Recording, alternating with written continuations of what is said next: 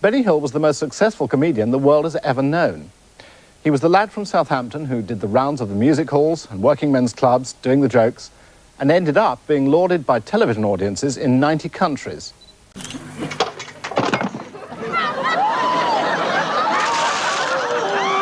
Have you ever seen a funny TV show that millions of people around the world couldn't stop watching? Then all of a sudden, it was over. The Benny Hill Show went through the same thing. For many years, it was funny, quick, and easy to remember. London jump, and here comes Jerry Lucas, and it's not her best. It's not her best at all, no. But I think that Sid Tidworth here will pick up a point or two. Here he comes now.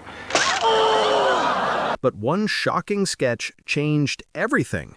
It made people angry instead of laughing, and it brought down a hero. Do not leave now, as you are about to see the scene that closed everything. The making of Benny Hill. Alfred Hawthorne Hill was born in Southampton in the mid-1920s, though even his exact year of birth has been debated. Some records say 1924, others 1925. His father ran a store that sold surgical instruments, which was a realistic job that was not related to show business. However, show business ran in the family. His grandfather had been a clown in the circus, and he left behind a tradition of performance that had a quiet effect on Alfred's imagination as a child. Life wasn't funny before comedy. He drove cars, brought milk, stacked shelves at Woolworths, and even played drums. Even though none of these jobs looked fun, they taught him an important lesson: how people act when they think no one is looking. He learned to notice small things in these daily situations, and that skill would later form the basis of his humor. Then there was the Second World War, which changed everything. Alfred learned how to fix engines in cars as a mechanic in the Royal Electrical and Mechanical Engineers. Later, he worked as a driver and a searchlight operator, where he helped guide beams across dark skies to show enemy planes what they were doing. But it wasn't until he was moved to the Combined Services Entertainment section that his real talent showed. He got up on homemade stages and performed for tired soldiers who needed to laugh more than they needed food or rest. He learned something very important there. Comedy could be more than just jokes. It could save lives. He used that skill after the war was over. He looked up to the great British music hall comics who were able to make people laugh with a mix of slapstick, parody, and wit. But American radio host Jack Benny was the person who inspired him the most. He loved how he timed his words, how he could make quiet as funny as a punchline. In honor of him, he changed his name to Benny, which became the character that would define his career. When Variety Bandbox came out in 1947, it was Benny Hill's first radio show. People were interested in him because he had great timing and could play different characters. But he quickly learned that radio couldn't catch what he did best. By 1950, he was working on TV, which was a great place for his physical comedy, like his facial expressions, motions, and slapstick. He showed his range over the next 10 years. In 1962, he was the star of the anthology show Benny Hill, in which he changed into a different person for each episode. After 2 years, he shocked everyone by playing Nick Bottom in a TV version of A Midnight Summer's Dream. His comedic instincts showed that he could mix serious acting with humor, even when he was following Shakespeare's rules. He went back to radio with Benny Hill Time, a show that imitated James Bond, made fun of pop culture stars like the Beatles, and introduced strange characters like Fred Scuttle, who would show up again and again. With each part, his reputation grew in more ways. By the early 1960s, Benny Hill had gone from being a boy from Southampton to a growing star in British show business.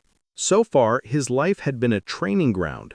Normal jobs had taught him things, wartime service had given him a reason to live, and his heroes had inspired him. He was all set to move on. Benny Hill was getting ready to start the show that would make him famous all over the world. That next step would change television forever. The rise of The Benny Hill Show.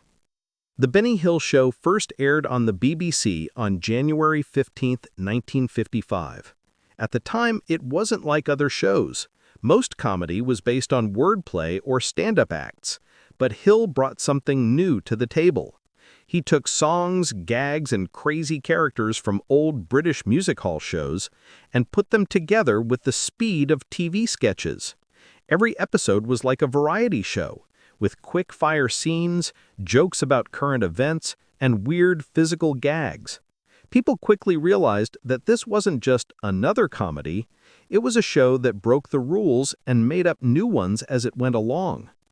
It changed even more when the show moved to Thames Television in 1969. Hill made one-hour shows instead of shorter episodes that came out once a week. Because of that change, he had more room to make more complex plays, musical numbers, and bigger shows.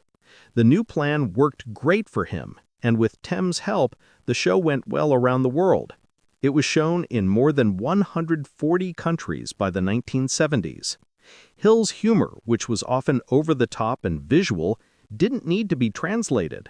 No matter where you were in the world, the UK, the US, or Australia, his chases, pratfalls, and parodies made you laugh. Laughter spread faster than words, and Hill's show was one of the most well-known comedies to leave Britain. The personalities were what made it stand out. Fred Scuttle became a fan favorite because of how badly he spoke and how awkwardly he seemed to act. Another creation, Harry Hill, showed the helpless average person.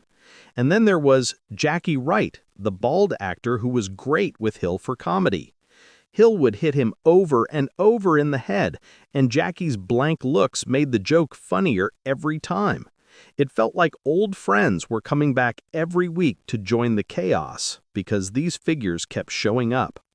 But the ending scene of The Benny Hill Show was what made it unique. Every episode finished with a crazy chase to the fast-paced saxophone song, Yakety Sax. The scenes were shot with cameras that weren't turned all the way up, so everyone moved quickly, which made it even funnier.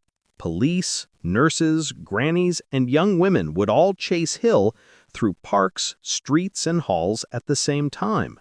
That scene became so well known that Yakety Sax is still immediately recognized as the Benny Hill theme. It stuck around after the show ended and became a cultural slang word for something silly or crazy. Hill ended something new in the 1980s. Hill's Angels, a group of beautiful dancers. Their highly choreographed routines added sparkle and spectacle to the show, but they also caused a lot of disagreement. Fans thought it was cool and fun, but some people said it used women as props, which led to accusations that would come back to haunt Hill. Even though people didn't like the show, it became very famous. In the UK, it had over 21 million viewers at its peak in 1971, making it one of the most watched shows in the history of British TV. People in the United States also really liked it, and the show was nominated for an Emmy in 1980 and 1981. In 1984, Hill won the Rose d'Or, which is one of Europe's highest television awards. This solidified his status as a global comic superstar. By the middle of the 1980s, Benny Hill was a famous figure all over the world, not just in Britain. His mix of slapstick, parody, and cheeky hints got him from small-town stages to worldwide fame. Even though everyone was laughing a lot, trouble was slowly building up below the surface. Things were getting different for people, and one sketch was about to bring those differences to the forefront. Because behind all the music, chases, and fame, there was a scene ready to happen. It was so shocking that it would be the start of the end for Benny Hill's famous show. When comedy crossed the line. The Benny Hill Show was still watched by millions of people in the late 1980s, but it was getting more attention than ever before. People have said for years that Hill's humor was out of date, and that his constant chase scenes and sexy comments treated women like tools instead of people. Fans said the show was just harmless fun, so those comments didn't stick around for long. But then there was a sketch that couldn't be ignored. It was meant to be a parody of a beauty pageant, which is a setup that is easy to make up crazy things about. As the contestants walked across the stage in short outfits, Benny, who was playing a sexy host, emphasized every look and movement. The women were not characters with lines or stories. They were just visual jokes that were put in front of the camera to make people laugh. Many people had seen this kind of clever setup before, but the punchline went too far. It was so rude that it took away the fun and left only shock. Instead of being light-hearted silliness, it seemed tasteless, and many people who used to support Hill started to think again about what they were seeing. This sketch was different because it made all the criticisms that had been growing clear. People who work in the media, women, and even other comedians had said Hill's show was sexist for years. They could now use a single scene as proof. What was once thought as silly entertainment suddenly looked like it was made fun of. For younger people who are used to new types of entertainment, the joke wasn't just not funny, it was also embarrassing. A lot of people spoke out quickly. There were comments in newspapers that said the show wasn't up to the times. Broadcasters were asked if this kind of material belonged on primetime TV anymore. Feminists added to the criticism, saying that the sketch was more than just rude. It showed how women are constantly treated as objects in pop culture. It wasn't just casual watchers who agreed that what used to look funny now looked rude. Things had changed in society and on TV. There were more and more comics who weren't doing slapstick and were instead making sharp political satire. Benny Hill looked old overnight on shows like Saturday Live. The Beauty Queen sketch wasn't just a mistake in this new environment. It was a turning point in culture. There wasn't much backing for it, so critics had plenty of material to use against it. It's important to remember that this moment wasn't the only reason the show was stopped. It was the spark that set off years of anger. Ratings were already going down and costs were going up, but this sketch became the symbol of everything that was wrong with the show. People talked about the Benny Hill show less about whether it was still funny and more about whether it was even okay. This was a huge change for a man who used to have over 20 million fans in Britain alone. Benny Hill was once praised as a slapstick master, but now he's seen as a symbol of old-fashioned morals. In reruns and syndication, people still laughed, but new shows no longer had the magic they used to. When the world turned against Benny Hill, it was getting different in Britain by the middle of the 1980s. The alternative comedians, a new group of artists, were taking the lead. Their acts were based on biting satire, political criticism, and a rejection of the old slapstick ways. One of the biggest was rising star Ben Elton, who co-wrote The Young Ones and often performs on Saturday Night Live. Because of how angry he was about social problems and how willing he was to fight the establishment, he became the face of a movement that wanted to get rid of old-fashioned comedy for good. For Elton, it was clear who he wanted to hit: Benny Hill. He said that the endless chase scenes and suggestive jokes on The Benny Hill Show fostered a society that saw women as objects and even encouraged crimes against them. What he said hit like lightning. Some people felt like a brave truth was finally being told. For some, it looked like an unfair attack on a man whose only tool was fun.